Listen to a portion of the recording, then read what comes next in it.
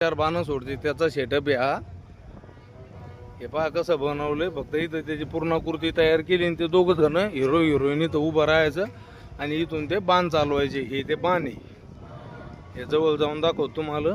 हे पहा हे असं बनवलेलं आहे ते सेटअप. याच्यावरच त्याचं शूट केलेलं आहे. ते दोघं जण बाण सोडते ना ते ज्यावेळेस ते तिच्या बापाच्या तिथं असते त्यावेळेस.